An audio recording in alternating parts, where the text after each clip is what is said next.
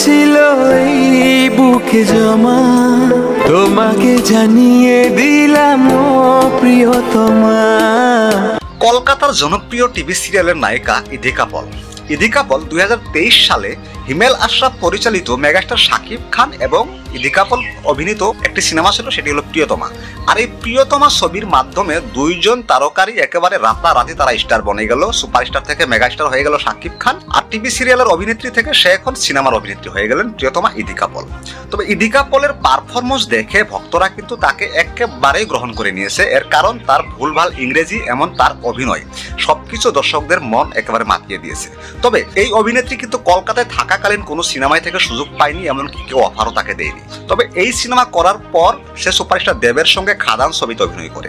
আর এই খাদান ছবি রিলিজ হওয়ার পর থেকে তাকে সবাই এখন প্রিয়তমা থেকে তাকে এখন কিশোরী বলে তাকে ডাকা শুরু করে দিয়েছে। সমস্ত ভক্তরা তাকে এখন কিশোরী নামে চেনে। এই সিনেমার পর মেগাস্টার শাকিব খানের সঙ্গে আরেকটা ছবিতে সে অভিনয় করেছে, সেটি হচ্ছে বরবাদ। আর এই বরবাদ ছবিতে তার চরিত্র কি হতে পারে সেটা আগামীতে জানা যাবে। তবে একটা কথা, শাকিব খান এবং দেবের সঙ্গে সিনেমা করার পর থেকেই ইদিকা পলের এমন একটা তার মানে রেকর্ড হয়ে গেছে, এখন তাকে যে ছবিতে রাখবে সেই ছবিটি ব্লকবাস্টার হবে। আর এখন তার শিডিউল নিয়ে খুব টানাটানি শুরু হয়ে গেছে। আর সুপারস্টার দেবের রঘু ডাকাত নামে একটি সিনেমা তো সে অভিনয় করবে বলে জানা গিয়েছে। তবে ইদিকা পল এখন আর ইদিকা পল নেই, এখন হয়ে গেছে একেবারে উন্নত সারি তারকাদের মধ্যে একজন ইদিকা পল। আর ইদিকা পল কিন্তু ছোট একটি টিভি সিরিয়াল করার মানুষ ছিল, অভিনেত্রী ছিল, কিন্তু তাকে ইন্ডিয়ার মানুষ তাকে অতটা পাত্তা দেয়নি।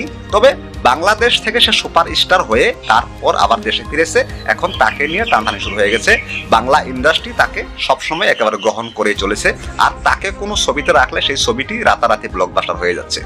ইদিকা পলের আপকামিং কি ছবি আসতে পারে রঘু ডাকাত বাদে আর শাকিব খানের বরবাদ বাদে, এটা নিয়ে এখনো জানা যায়নি। তবে অতি তাড়াতাড়ি শুরু হবে, এমনকি জিতের সঙ্গেও তার একটা সিনেমা আসতে চলেছে, তার নাম এখনো ডিক্লেয়ার হয়নি। তবে আমার এই ভিডিওটি যদি ভালো লেগে থাকে তাহলে একটু লাইক করে দিবেন আর কমেন্ট করে আপনার মূল্যবান মতামত জানান। আর হ্যাঁ, নতুন হয়ে থাকলে আমার এই চ্যানেলটিকে সাবস্ক্রাইব করতে ভুলবেন না কিন্তু। ধন্যবাদ।